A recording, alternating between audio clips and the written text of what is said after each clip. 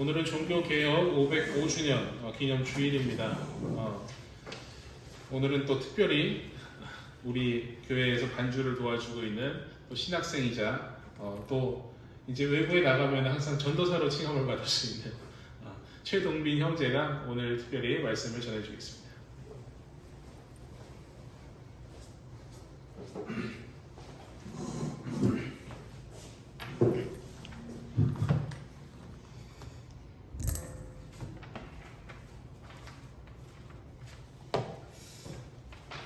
네, 반갑습니다.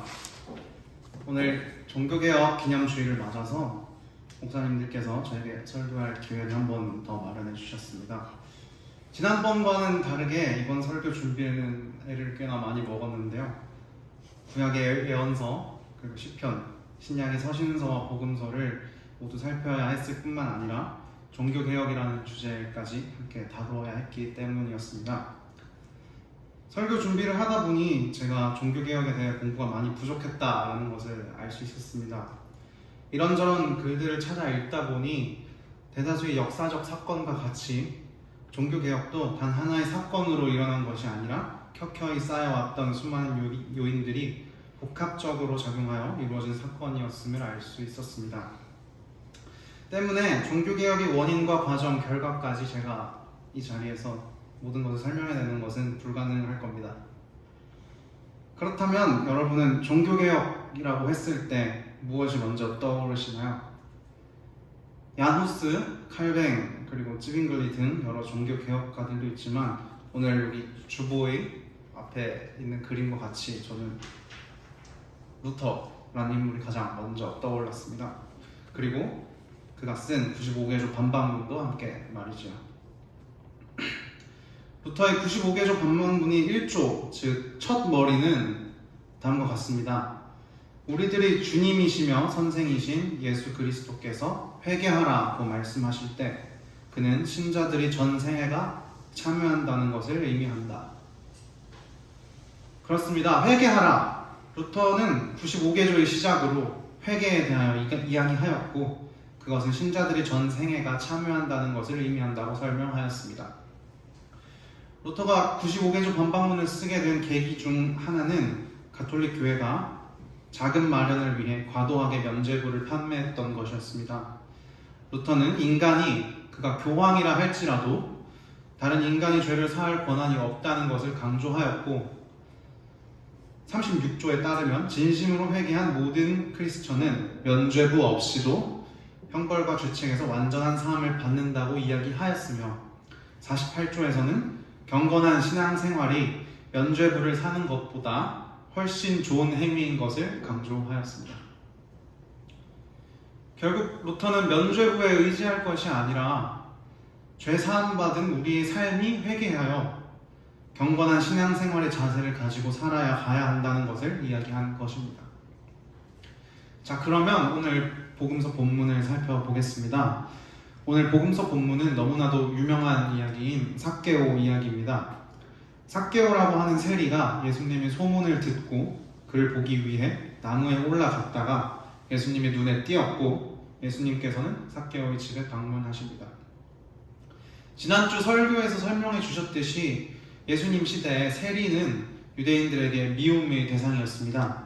자기네 민족을 점령한 로마 제국이 앞잡이로 세금을 걷었고 로마에서 요구한 세금에 더해서 자기 몫을 붙여가지고 세금을 청구를 했으니까요. 삭개오도 마찬가지였습니다. 사람들은 모두 그를 죄인이라며 수근거렸고 삭개오 본인 또한 8절에서 고백합니다. 내가 누구한테 강제로 빼앗은 게 있으면 내 배로 갚아주겠다. 빼앗은 게 있었다는 뜻이겠죠. 2절에서는 삭개오가 부자라고도 나옵니다. 마침 오늘 본문이 앞장인 18장 25절에서는 예수님께서 이런 말씀을 하셨습니다. 낙타가 바늘기로 들어가는 것이 부자가 하나님의 나라에 들어가는 것보다 쉬우니라. 그러나 18장에 등장한 부자 관리와는 다르게 삭개오는 자기 소유의 절반을 가난한 사람들에게 주겠다고 선언을 합니다. 삭개오는 세례 요한의 말을 듣기라도 했던 걸까요?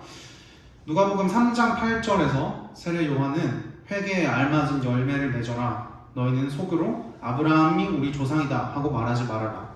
내가 너희에게 말한다. 하나님께서는 이 돌들로도 아브라함이 자손을 만드실 수 있다 라고 말했고, 같은 장 12절에서 세례를 받으러 온 세리들에게 너희에게 정해주는 것보다 더 많이 받지 말라고 말합니다.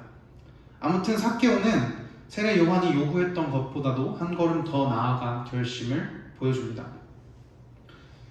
삭개오의 결심은 회개의 훌륭한 모습입니다. 지금까지 자기 이익만 추구하며 살아왔던 모습을 버리고 이웃의 필요를 살필 줄 아는 새로운 삶의 모습으로 살아가겠다는 결단이죠. 그런데 이렇게 회개하여 하나님이 뜻대로 살아가는 것은 보통 어려운 일이 아닙니다. 한번 회개의 결심을 했다고 해서 그 마음이 계속 지켜지는 것은 아닙니다. 인간은 본성적으로 남을 살피기보다는 자기 자신의 이익을 우선으로 하려는 존재이기 때문입니다. 또한 그런 이타적인 삶이 하나님 나라는커녕 뭔가 이뤄낼 수 있기는 한 걸까 하는 고민이 드는 순간들도 많이 있을 것입니다. 그러나 오늘 제1독서와 시편 그리고 2독서는 우리에게 인내와 믿음을 가지라고 말해주고 있습니다. 예언자 하박국은 도저히 이해되지 않는 시대 상황 속에 서 있었습니다. 당시 유대 민족이 속한 세계는 바벨론 제국이 주도권을 쥐게 되었습니다.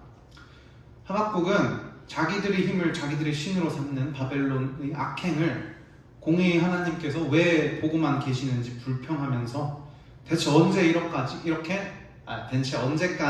잠잠히 계실 건지 묻고 있습니다. 그리고는 초소 위에 올라가 주님의 대답을 기다리지만 하나님께서는 더디더라도 그 때를 기다리며 믿음으로 살라고 응답하십니다. 데살로니가 후서의 말씀도 마찬가지입니다. 바울의 시대 사람들은 예수님의 재림이 머지않아 일어날 것이라고 생각했지만 그날이 벌써 도래했다라고 생각한 사람들도 있었습니다. 데살로니가 후서 2장 초반부에서 이 서신을 쓴 목적이 드러납니다. 저자는 주님이 날이 벌써 왔다고 생각하게 되어 마음이 쉽게 흔들리거나 당황하는 일이 없도록 하십시오 라고 일러주며 사람들에게 그 날이 오기까지 인내 속에서 예수님의 가르침을 신실하게 수행할 것을 부탁하고 있습니다. 다시 루터의 반박문 1조로 돌아가겠습니다. 루터의 반박문의 첫 머리에 예수님의 회개하라는 말씀이 신자들이 전생애가 참여하는 것을 의미한다라고 말했습니다. 우리의 방향을 하나님께서 명령하신 방향으로 돌이키는 것은 쉬운 일이 아닙니다.